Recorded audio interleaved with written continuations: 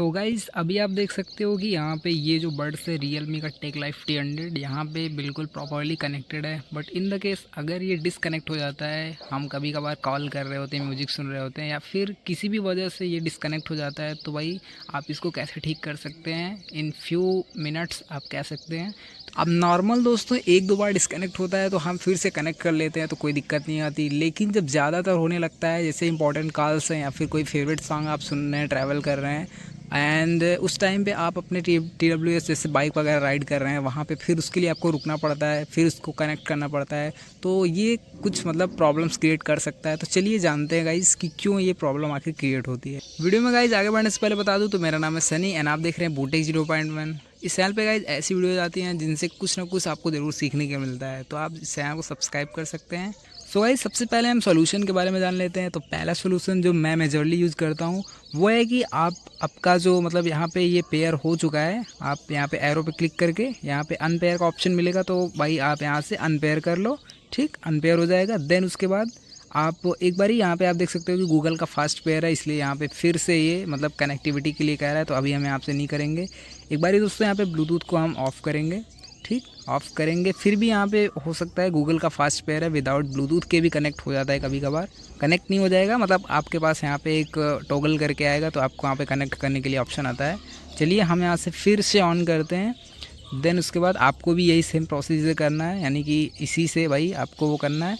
उसके बाद आप देख सकते हैं कि Realme take life buds G100, फिर भाई आपको यहाँ पे पेयर करना है एंड यहीं पे allow access to your contact and call history, यहाँ से करके भाई आपको पेयर कर लेना है। ठीक गाइज, जैसे ही आप फिर से पेयर करते हो तो आपके सामने एक और इंटरफेस आता है एंड इसमें लिखा हुआ है कि जो रजिस्टर्ड ईमेल आईडी एंड मतलब जितने भी डिवाइसेस इस ईमेल आईडी से भाई कनेक्ट हैं तो वो क्विकली कनेक्ट हो जाएंगे, यानी कि आपको वहाँ पे मतलब पेयर वगैरह करने की ज़रूरत नहीं पड़ेगी। तो भाई मैं यहाँ पे सेव कर लेता हूँ, क्योंकि लैपटॉप वगैरह में यही ईमेल आईडी मैंने मतलब पेयर करी हुई है, यानी कि उससे ही मतलब लॉगिन वगैरह किया हुआ है। एंड इससे क्या होगा गाइस कि मतलब मुझे लैपटॉप ओपन करते ही ये तुरंत से क्विक मतलब कनेक्ट हो जाएगा। एंड ये जो तरीका है गाइस जो मैंने आपको बताया, मैंने मतलब एक ही बार बस ये अनपेयर किया और पेयर किया। बस एक बार प्रॉब्लम हुई थी जब मैं कॉल पे मतलब किसी से बात कर रहा था, तब डिस्कनेक्ट हुआ था। एंड जब से अनपेयर करके पेयर किया हूँ कम से कम लगभग 10 से 20 दिन हो चुके हैं, तब से मतलब एक भी बार डिस्कनेक्ट नहीं हुआ है। तो ये चीज़ आप ट्राई करना एंड कमेंट सेक्शन में बताना कि कितना ज़्यादा मतलब